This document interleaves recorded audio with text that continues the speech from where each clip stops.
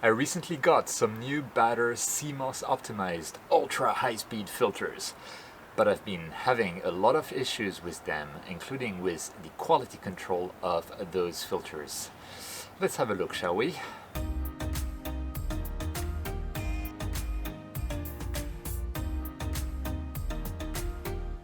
Hey guys, Quiv the Lazy Geek here and welcome back to my balcony. Today we're looking at those Baader CMOS optimized filters. Now I got, those are narrowband filters for sulfur 2, oxygen 3 and H alpha, and I bought two sets, and what you're looking at is what remains of those two sets. I bought those filters. They're the 3.5 nanometer / 4 nanometer, really tight bandpass and pre-shifted for very fast focal ratios. And I bought two sets, one 2-inch set for my Hyperstar setup, which I've been presenting recently and which I absolutely love, and then a second set for my Newtonian telescope here, which with the Starizona Nexus focal reducer / macrovector is now an f3 scope, so it's quite fast as well. And so I wanted to make sure that I had filters, or narrowband filters, that could take advantage of that. And the Baader filters seem to be the perfect way to take advantage of those fast focal ratios even with narrowband, because narrowband comes with all sorts of issues with regards to narrowband imaging, which I've gone into in another video. I'll put the link somewhere above here. Now, I've been having a lot of fun with my Hyperstar setup at f2 with the excellent IDAS NBZ filter. I've taken a lot of images with it recently. I love the results. I even tried Hyperstar on the Pleiades with just an SVBony UV IR cut filter, so not even a light pollution filter, and again got really results that I'm very happy with. And while I got those good results, I wanted more with separate filters and a monochrome camera, so I can do the Hubble palette, for instance. And so I ordered those Baader filters, and I received two sets, so one for the Newt at f3, one for the Hyperstar at f2. Okay, so I'm first going to talk about the set that I got for the Newtonian, which I wanted to use with my filter wheel, which accepts 36mm unmounted filters. So I got the 36mm version. And H alpha, like on visual inspection, looked okay.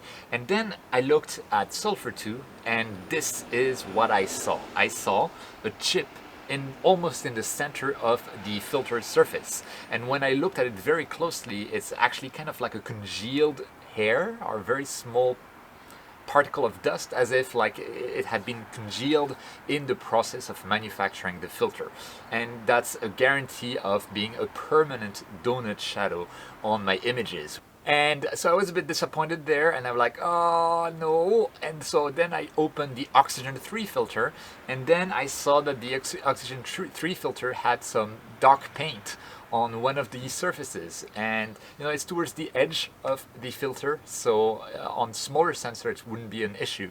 But if I want to use it with an APS-C size sensor, which is what I wanted to do, it's going to be an issue. And of course, both of those filters, I tried cleaning them and nothing worked, and I ended up returning those two filters for an exchange, and we'll see what we get. I want to give a huge kudos to Telescope Service, or Telescope Express, which I bought the filters from, because they actually paid for the shipping back. They arranged a shipping back with FedEx. FedEx came to my doorstep to get the filters and send them back to Germany. It didn't cost me a dime, which is awesome. And that is absolutely amazing service from a shop in Germany. The next step was to use the 2-inch filter set with my Hyperstar setup. And the 2-inch filter set, I actually took a few pictures over several nights. I took like the Monkey Head Nebula, I took the Horse Head Nebula, and I took the Soul Nebula. And the end results are not bad. I mean, there are huge halos, which I know is a big problem for a lot of people. I noticed that S2 had a lot of halos, and Oxygen 3 also had a lot of halos. But more than that, I noticed that in particular Oxygen 3 didn't seem to be passing a lot of Oxygen 3, which is kind of a problem for a filter that's supposed to pass Oxygen 3. And yeah, I looked at the stacked frames, and after 3 hours of oxygen 3 at the 4 nanometer bandpass at f2, I had very little structure in the Sol Nebula, very little signal there, and it was terrible overall. And so I pulled some strings in Japan, and I got a lab to measure via spectrometer my filters. And here is the measurement of my oxygen 3 filter. The green band here is the oxygen 3 band, and we can see the band pass is the black area here. And the band pass itself looks beautiful. It's a beautiful shape. It's a beautiful flat top. The full width half max is basically exactly 4 nanometers, exactly to spec, but it's shifted, or it's pre-shifted to the right too much, which is very unfortunate. I had another company, reputable company, do a simulation of when the bandpass is shifted by an f2 telescope like the Hyperstar telescope that I have. And you can see this is the result of that simulation, where on a standard f2 lens you'd have maybe like 27% transmission.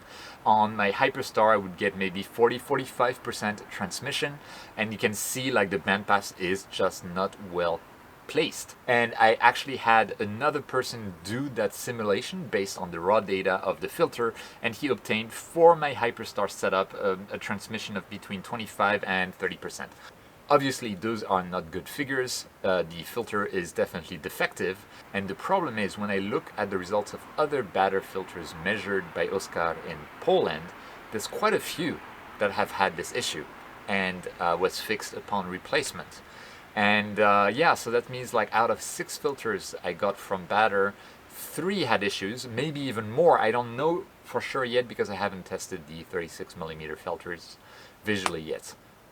Via a camera. So it's like I'm extremely disappointed in Baader, and I'm not saying that you shouldn't buy their filters, but what I'm saying is that I am not buying Baader filters anymore until it can be proven to me that they've resolved their quality control issues, because that's like terrible. Again, for that oxygen 3 filter, I found a problem later, and the Telescope Express again came through and had DHL this time pick up the filter at my doorstep for a return and exchange. But it's like, it's very extremely disappointing.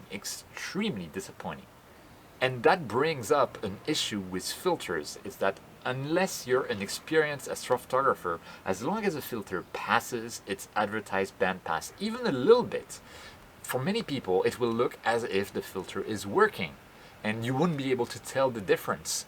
And that means that manufacturers effectively, they can build defective filters that pass a little bit of the target bandpass, that do not meet their specifications whatsoever, but typical amateur astrophotographers have no way of telling that what they get is a bad filters that would require like 4 times more integration time than a filter that would be up to specs. And that is a huge issue. And the only way to truly see whether a filter is defective in terms of its bandpass is to measure it via spectrometer.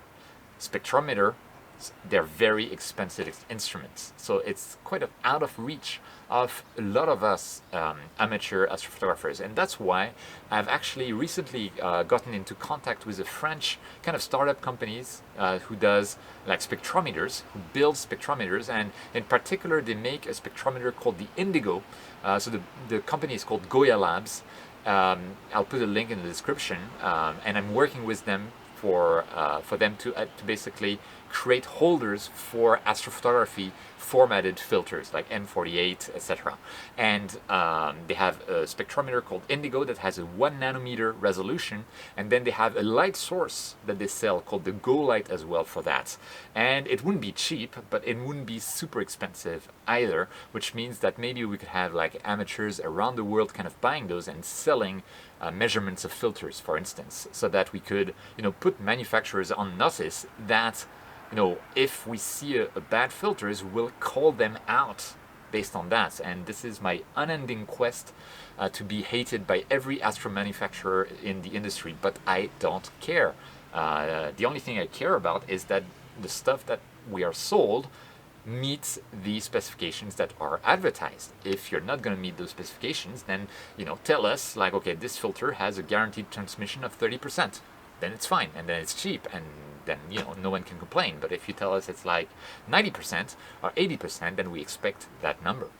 The work that I'm doing with that French company, it won't see fruition until at least like mid-January or even later in next year. So give me some time to get it together if we can make something that works. I will be likely purchasing their Go Light and Indigo spectrometer, measure all of my filters, and maybe start a service here in Japan to measure local people's filters and see what they're actually worth, because again, manufacturers need to be held responsible, and right now it's kind of like security through obscurity for those manufacturers, and I do not like that. And with that, this is all that I wanted to cover in this video. It's kind of a depressing topic, but I haven't had a good experience, and I feel for any other astrophotographer that basically has a filter that they're using that looks like it's working, but that it actually is passing much less signal than it should, and that astrophotographer doesn't realize it and is not getting the same quality of images that they should be getting for the same integration time, and that's a shame. Yeah, so that's it. Thank you so much for watching. If you have any comments or opinions, please let me know down in the comments. If you like the video, leave a like. If you dislike the video, leave a dislike. And if you're new to the channel, welcome to the channel. You may want to consider subscribing to see what is going to happen to all this filter madness, or if you like astronomy, astrophotography in general. As always, don't forget that the most important is still, whenever you can, to look up at the stars, and I'll see you next time.